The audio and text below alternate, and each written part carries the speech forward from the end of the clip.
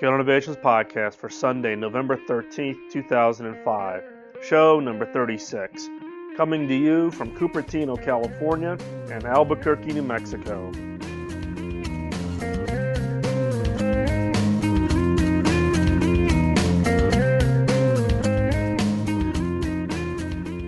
Welcome to the Killer Innovations Podcast. I'm your host, Phil McKinney. Before we get started, please keep in mind that the information and opinions expressed in this podcast are mine and mine alone, and do not necessarily reflect those of my past, current, or future employers. Well, I'm in Cupertino this week and then back to Virginia for the weekend, coming up on the Thanksgiving holiday week next week here in the U.S.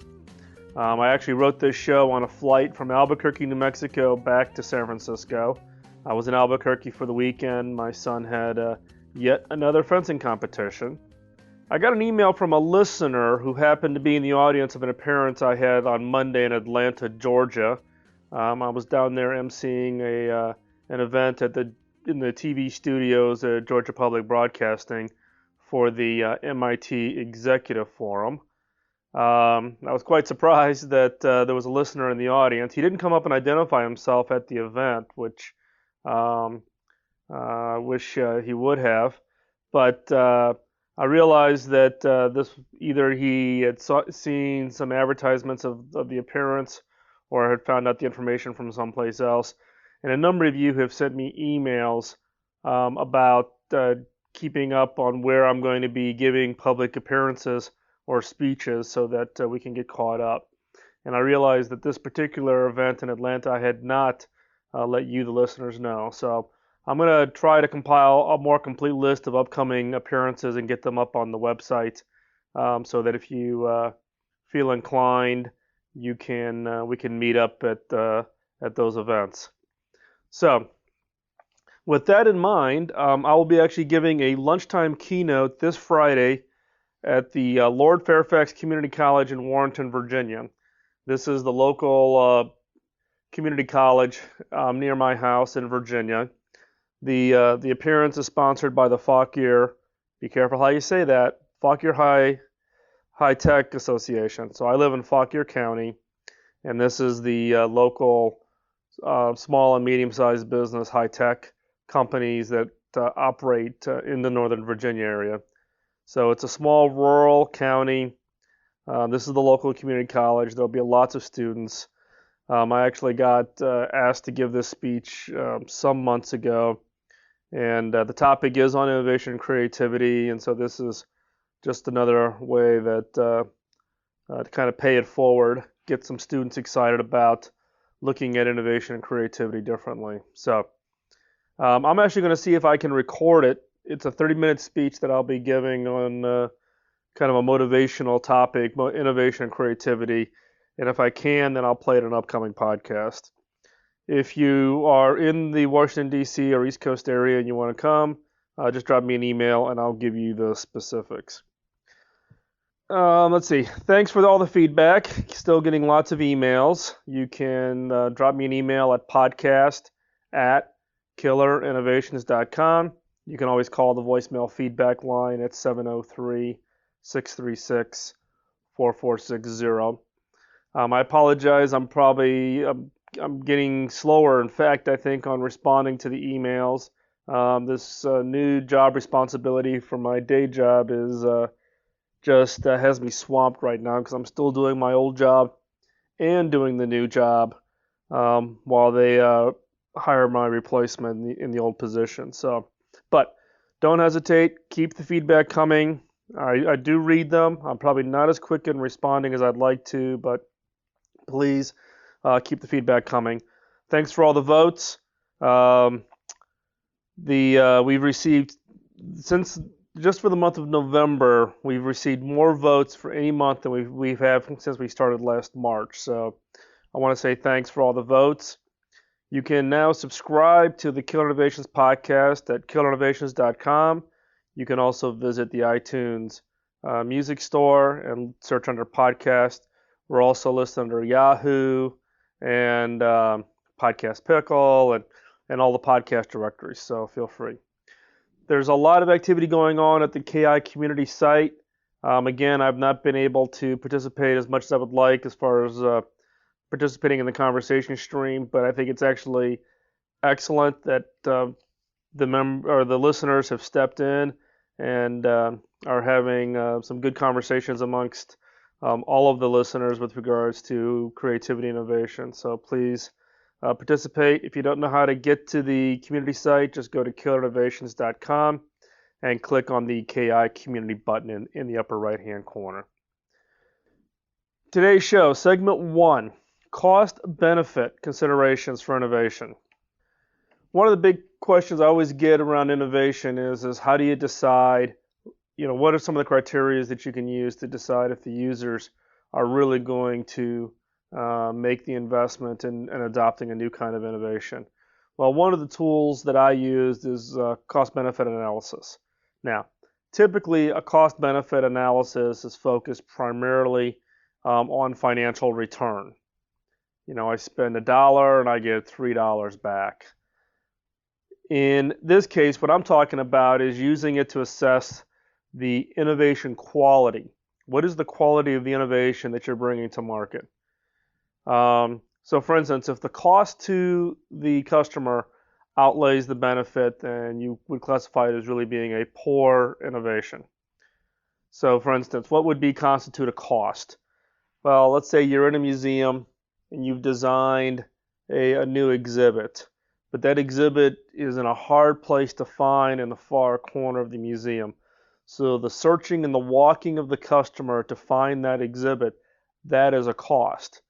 If the quality of the exhibit is not equal to or better than, quote, the user's cost of time and effort to walk to that exhibit, then that would be a low quality innovation.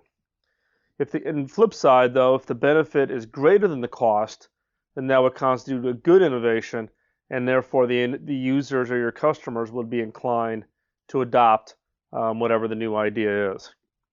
So what are some other examples of kind of what this cost benefit and how does it get applied to innovation? Well, one would be, for instance, how many steps does it take to complete a task? This is the proverbial, how many steps does it take to save a file in Word?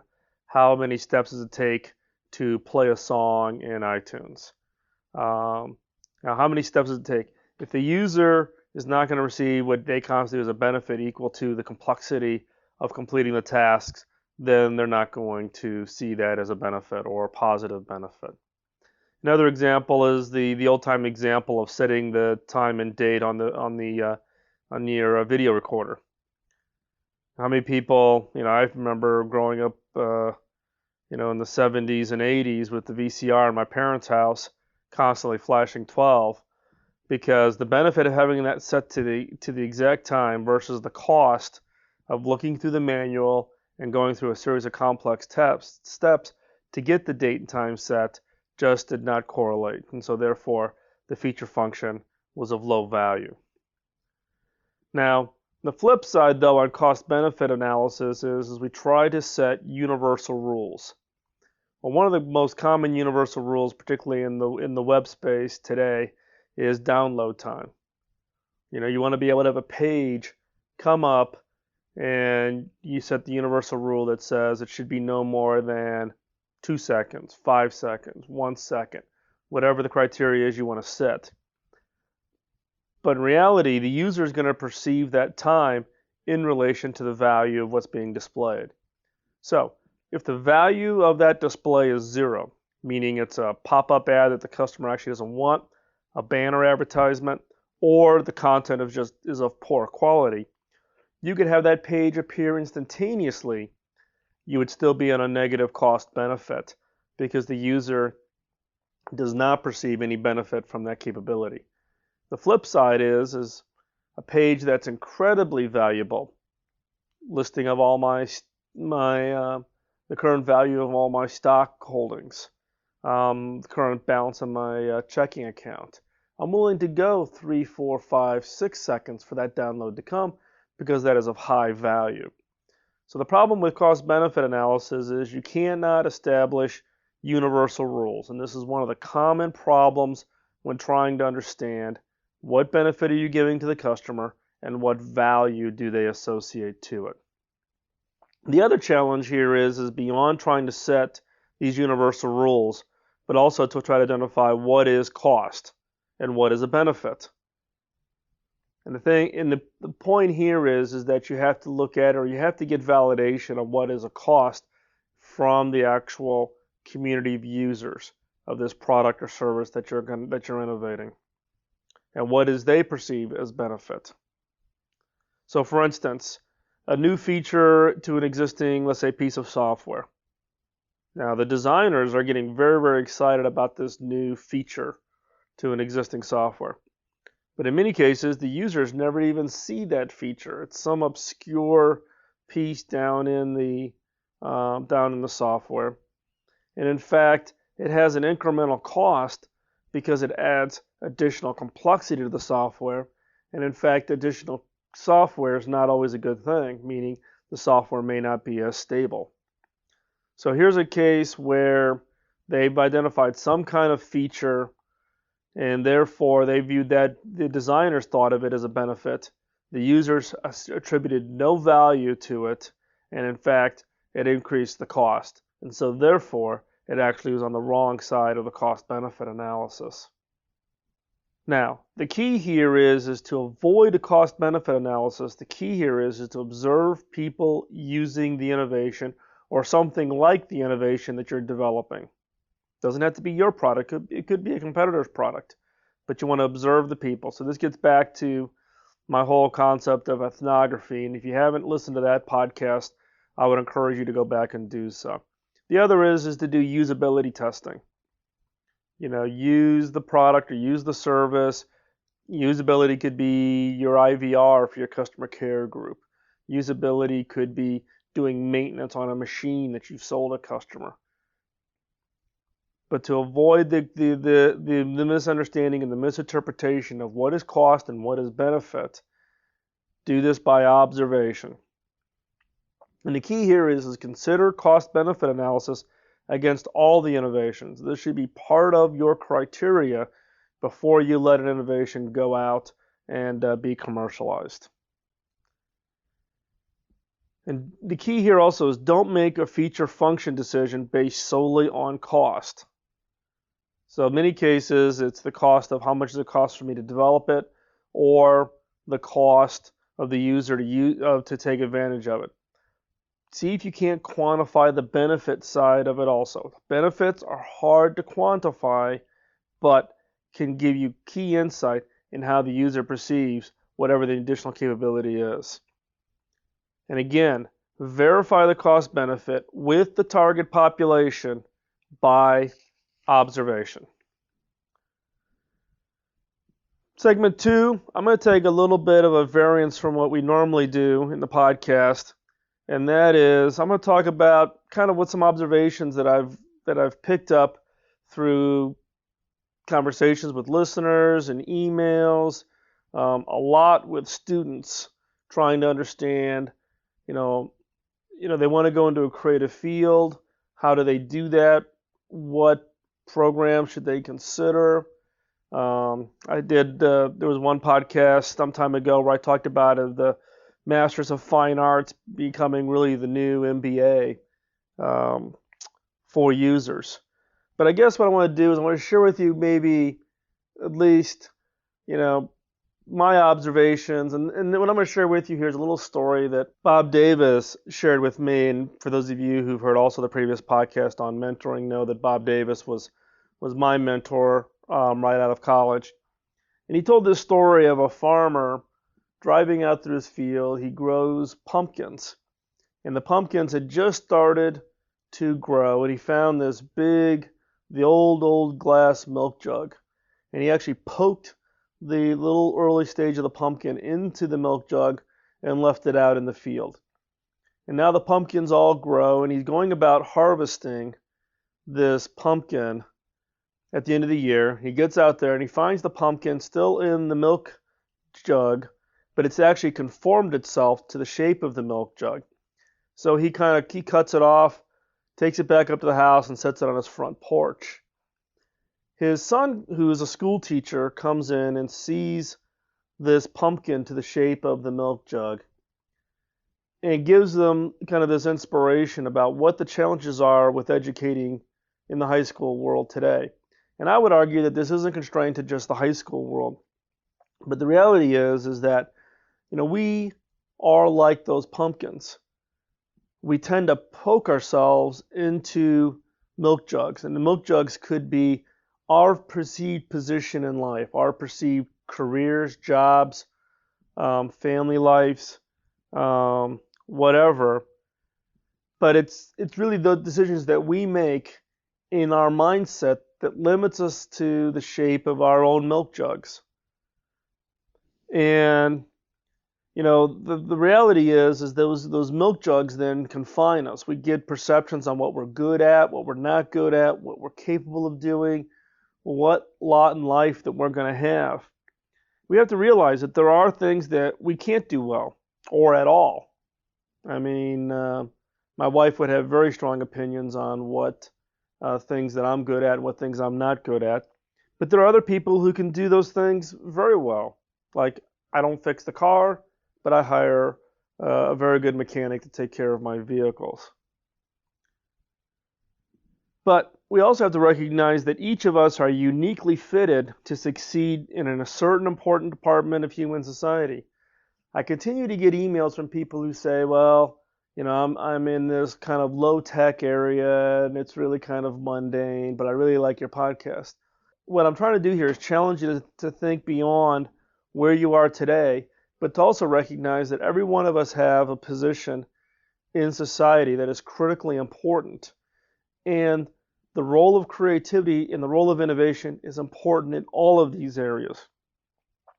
It's really all of our jobs to discover what those fields are. Where do we fit? What are we good at? And what is it we can bring to society? And really, self-improvement is really around finding what you're best at and then learn, practice, and apply the skills to be the best that you can be. Now, creativity is in everyone. Now, you've heard me say this before, and I'm going to say it again. You're going to get tired of me hearing about it. But it's my firm belief that creativity is in every one of us. Everyone can learn it, practice, and apply it, both to your personal life and to your professional life. Creativity is the foundation to everything you do, whether you're an at-home parent raising your children, your career, donating your time to nonprofits, or whether you're in academic research. Creativity is foundational to everything we do.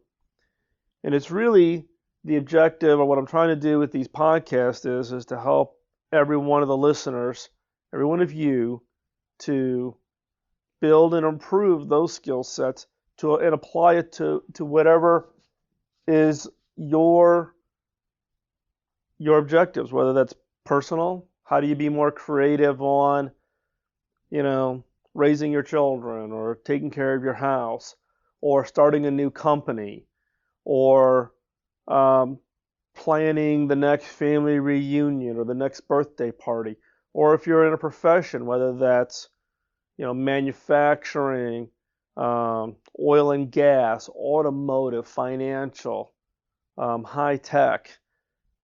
But how do you apply creativity? And the key here, though, is that I think through applying everybody's creative skills, that we all can decide that there will be no limits placed on your future possibilities. Whether your job is today, what your job is tomorrow, you can apply the creativity and creative thinking process to understand what it is you could do with your career.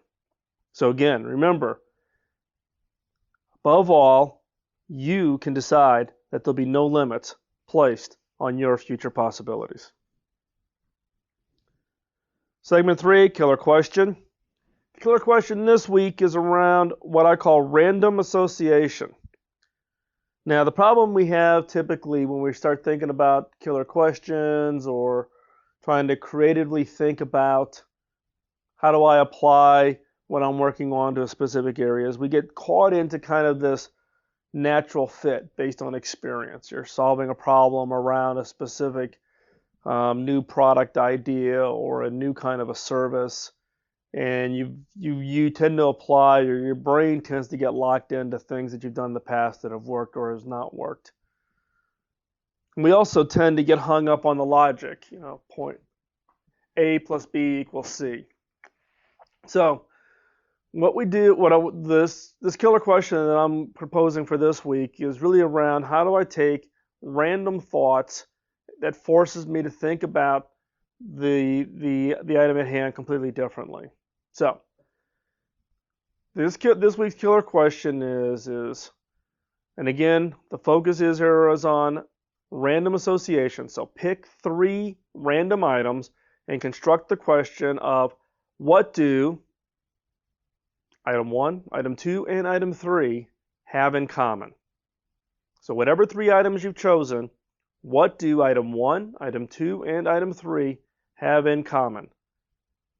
And what you're searching for is really those hidden links, things that you normally wouldn't think about. They're going to force you to come up with totally new ideas. The flip side is you can also say, what do item 1, item 2, item 3 not have in common? So let me give you an example. What do rollerblades, Haagen-Dazs ice cream, and the Batman movie have in common? So again, what do rollerblades, Haagen-Dazs ice cream, and the Batman movie have in common? Well, they're children items. They tend to be higher end, so Haagen-Dazs ice cream and rollerblades are kind of a step up from the old roller skates that we used to have. Well, the common linkage here is it's kind of the boomers reliving their childhood. So Batman, I used to read the Batman comics. Now there's a movie. Haagen-Dazs ice cream, I used to get the 10-cent ice cream. Now you go spend, some serious money for the high-end Haagen-Dazs. And rollerblading tends to be, a lot of adults are into rollerblading. So in this case, you're looking really at kind of high-end children activities that are appropriate for adults, or things that we've done as children that we are now reliving as adults. So what are some possible ideas when I apply this question? Well, one would be, for instance, gourmet jelly beans. So, not just regular jelly beans, but really high end. The other is kind of what we call adult fantasy camps. We used to go to summer camp, but now you can actually go and do these fantasy camps. So you want to be a chef, but you're not a chef by day. You can go and spend a week being a chef. You as an adult can go down to Alabama and actually go through space camp in the adult camp side of it. So again, think of it as children activities that you're now reliving as an adult. So again, this week's killer question is pick 3 items, 2 or 3 items in fact, and form the question of what do item 1, item 2, and item 3 have in common. So in this week, we're also going to add a segment 4. We actually have got in 1 homework assignment from 1 listener. So listen up. This is a audio feedback coming in from 1 listener, and it's actually a little bit about what he's doing in Peru, but he also forms a question. So listen to this, and then I'm going to come back and I'll give you my thoughts based on the question that he asks in his audio comment. Hi Phil, my name's Adam Johnston and I innovate in video game and process metallurgy areas through my companies that I've built here in Peru. I enjoy your podcast. I've always been very good at getting people to buy into my innovative ideas as I give a mean sales pitch and wind people into hysteria about the great concepts that seem to make sense. The problem is that my ideas sometimes only make sense to a layman on paper. Sometimes it's a timing issue where I build concepts that are still 2 or 3 years away from mainstream implementation, things that just aren't feasible yet. Once they get going in engineering or production, they've occasionally led to millions of dollars in losses. And it's been a bit difficult for me to shine the light back on my other ideas that made much more than was lost. I guess that this comes back to everyone jumping on the bandwagon with good ideas, everybody accepting ownership of good ideas, but then jumping on the escape pod as things go wrong and pointing the finger afterwards. How do you suggest that we cushion the impact when our crazy innovations don't work out? I use the expression, you have to break some eggs to make an omelette, but the vast majority focus on small losses rather than larger gains. Thanks for the podcast. So basically, the question that's being raised is limiting the downside for bad ideas.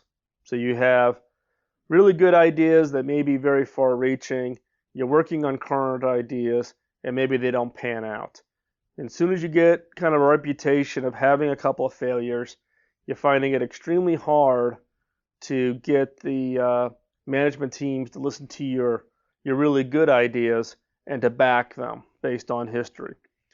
Well, there's really not an easy way to limit the downside. Guess what? You're going to have failures. If anybody out there is coming up with really breakthrough ideas and is batting 1,000%, let me know. I'd be willing to invest money in you because there's nobody out there doing it. Everybody's going to have failures. So the key here is, what I find is when you're in an organization where the failures are counting against you, there's typically two issues. One is management. Management is saying they want to support breakthrough ideas. They want you to take risks, but when the risks don't work out, they're looking for somebody to blame. The key here is either to re-educate management on and make sure you're doing good expectation management so there's no surprises, but also two, help management either to restructure themselves or go work for somebody else that actually looks to reward failures.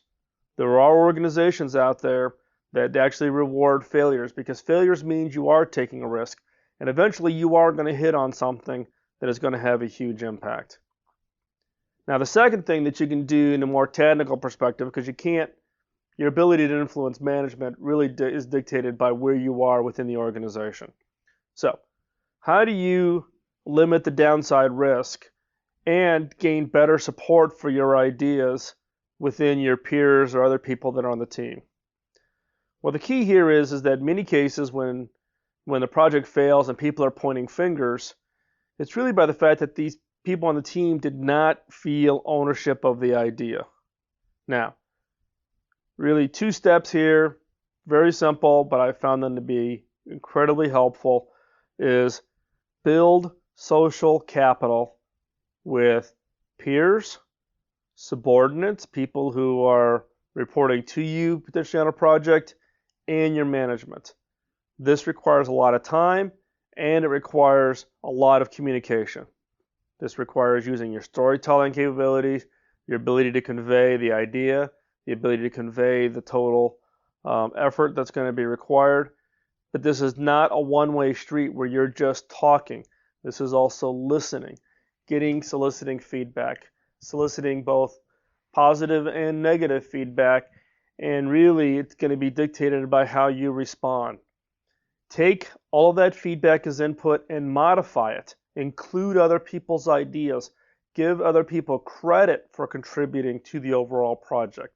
Once you've done that, then they will claim, you'll start seeing people really investing their time and energy into the program or the project, and they start to feel ownership. You've built up that social capital with those participants.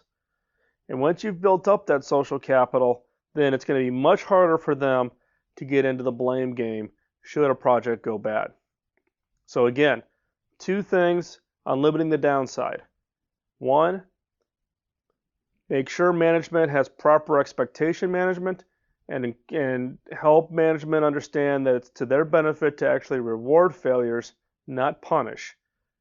Now, depending on your ability to influence management, the item or the area that you can focus in on immediately on any project that you're working on is building ownership, getting the other participants to feel like they have ownership in the program, ownership in the idea. Credit is not that important. When I was younger, I was busy on coming up with very creative, innovative ideas, and I was constantly looking for the spotlight and looking for the credit. I guess it comes with age. You realize that credit is less important, than getting the idea out into the market.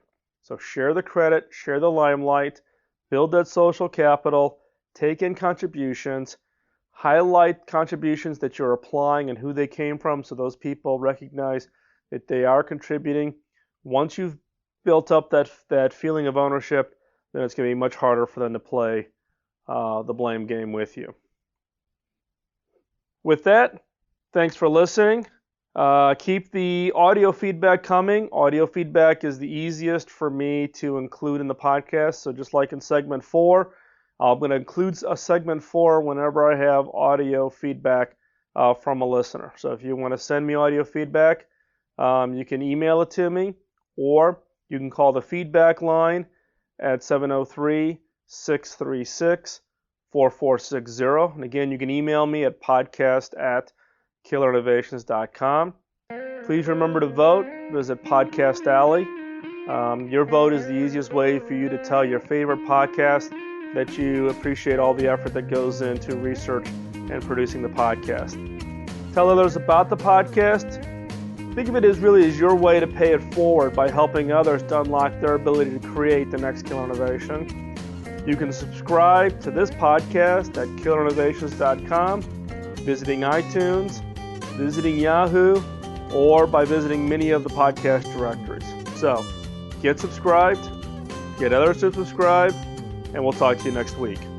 Bye-bye.